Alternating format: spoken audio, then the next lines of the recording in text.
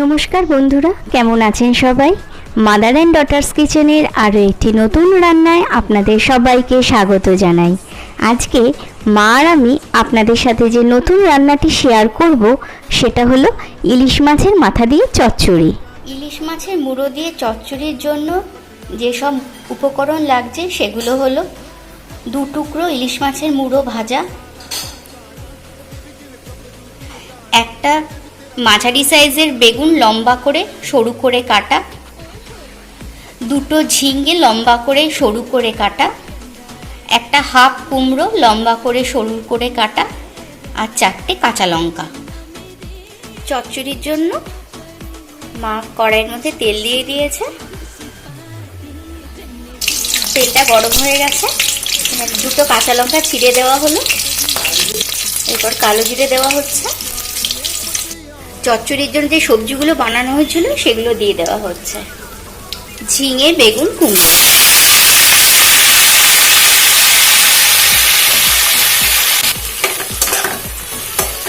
1 চামচ নুন দেওয়া হলো, হাফ চামচ হলুদ দেওয়া হলো, হাফ চামচ মিষ্টি দেওয়া হলো, 1 টিস্পুন লঙ্কার গুঁড়ো দেওয়া হলো। ভালো করে মিশিয়ে দেওয়া হচ্ছে মশলাগুলোর সাথে সবজিগুলো।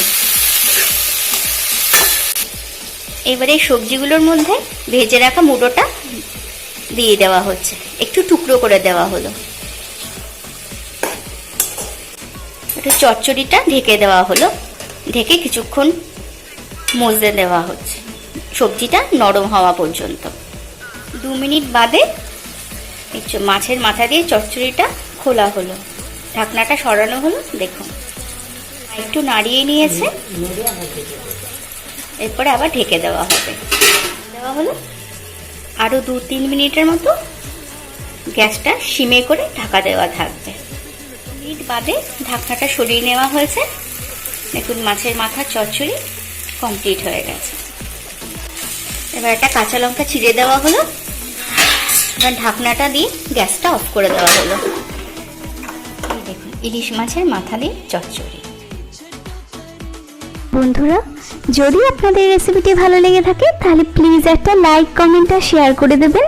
আর এরকম নিত্য নতুন রান্না দেখার জন্য আমাদের চ্যানেলটা প্লিজ সাবস্ক্রাইব করে পাশে থাকা বেল আইকনটা ক্লিক করে অল নোটিফিকেশন করে দেবেন, যাতে যখনই আমরা নতুন কোনো ভিডিও আপলোড করব তার নোটিফিকেশন যেন সরাসরি আপনাদের কাছে পৌঁছে যায়। তাহলে আজ এ পর্যন্তই। আপনারা সবাই সুস্থ থাকুন, ভালো থাকুন। নমস্কার।